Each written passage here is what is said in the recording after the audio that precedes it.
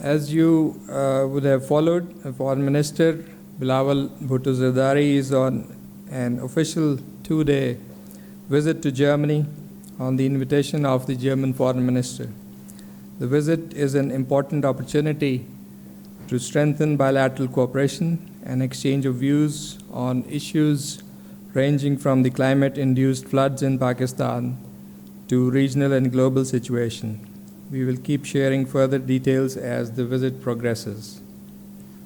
Sustaining the momentum of flood relief efforts and continuing international spotlight on the challenging situation remains a top priority of the government.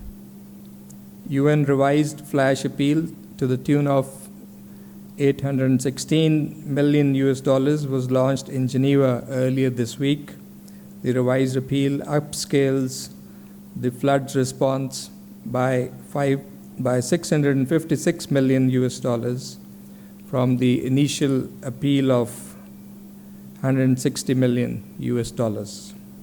This increase reflects the rising needs and the unprecedented scale of destruction caused by the disaster and is focused on provision of urgent and life-saving assistance and protection to the affected people. Under Secretary General for Humanitarian Affairs and the Director General of World Health Organization represented the UN in the event, whereas the Minister for Climate Change represented Pakistan, attending the event in person, while the Minister for Economic Affairs and the Minister of State for Foreign Affairs participated virtually. The government of Pakistan, the United Nations, humanitarian and philanthropic organizations, and local communities have been working hard to assist flood-affected areas across Pakistan. The global community has stepped forward with valuable assistance. Sustained international support is going to be crucial to complement the national efforts going forward, ensuring effective rehabilitation of the millions who have been affected and rebuilding and reconstructing in a more resilient and sustainable manner. Our missions across the world are engaged in extensive outreach to better inform the international community and to mobilize response. You would have seen the European Parliament's debate in Strasbourg with some very powerful statements and expressions of support for Pakistan.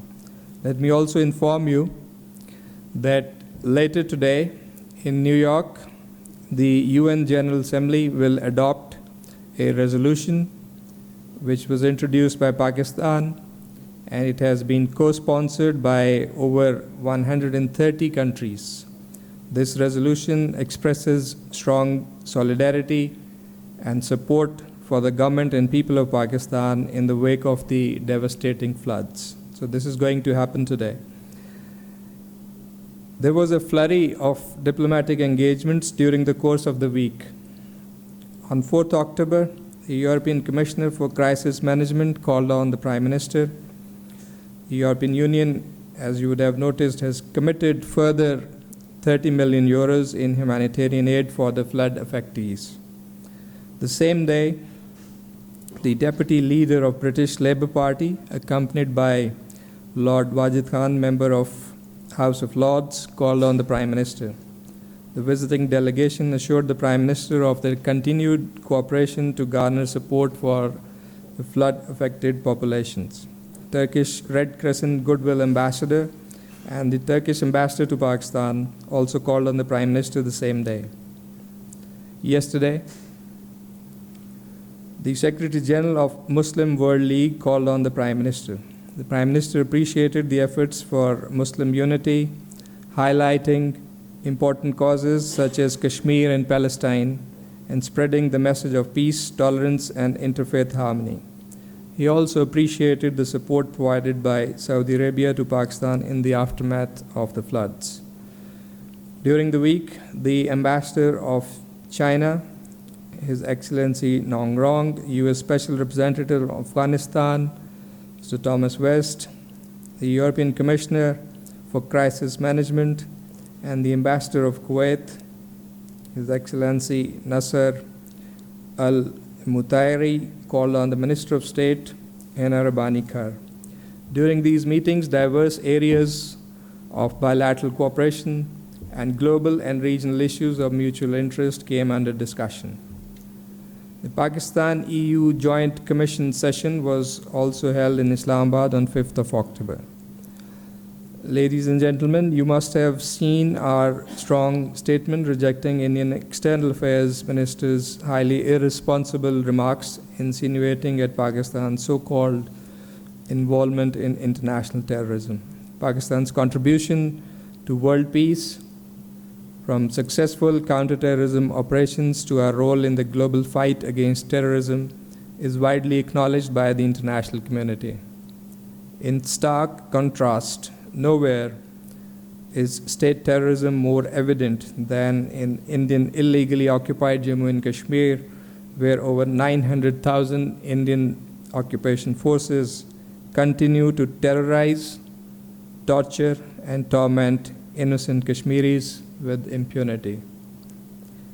No pretense at portraying normalcy, as is attempted by the recent visit of the Indian Home Minister to IIOJK, can hoodwink the world into believing that the situation is normal in IIOJK.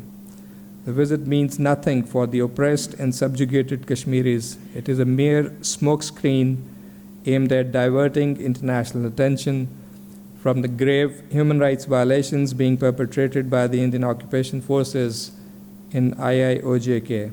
The world is also aware of the saffron terror orchestrated and unleashed by the BJP RSS zealots against Muslims in India.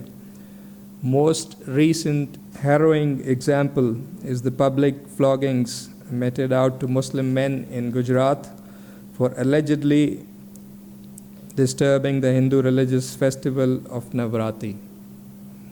The Indian charge d'affaires in Islamabad was called to the Ministry of Foreign Affairs last week and conveyed the government's serious concerns over deteriorating health condition of Hurriyat leader Altaf Ahmad Shah, who has been incarcerated in the infamous Tihar jail for the last 5 years and is suffering from renal cancer and consistently denied medical aid by Indian authorities.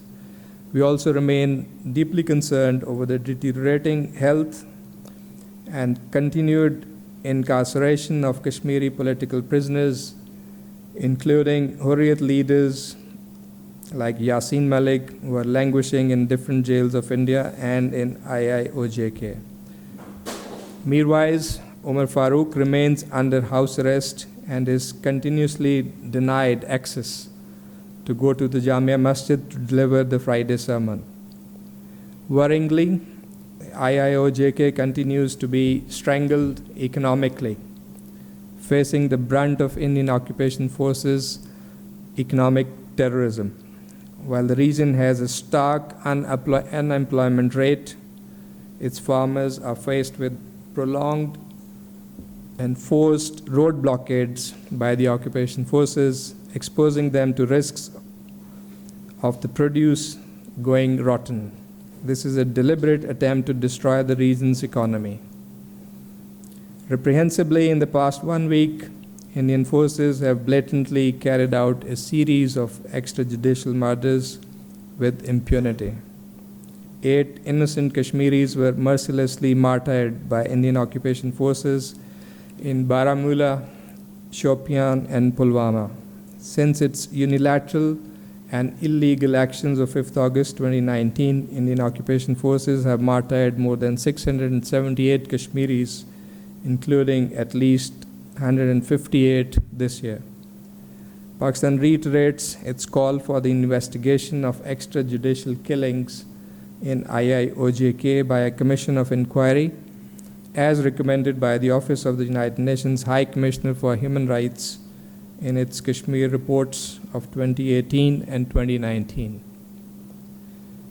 Pakistan urges the international community to hold India responsible for its brazen persecution of innocent Kashmiris and play its role in ensuring a just and peaceful resolution of the Jammu and Kashmir dispute in accordance with the UN Security Council resolutions and the wishes of the Kashmiri people.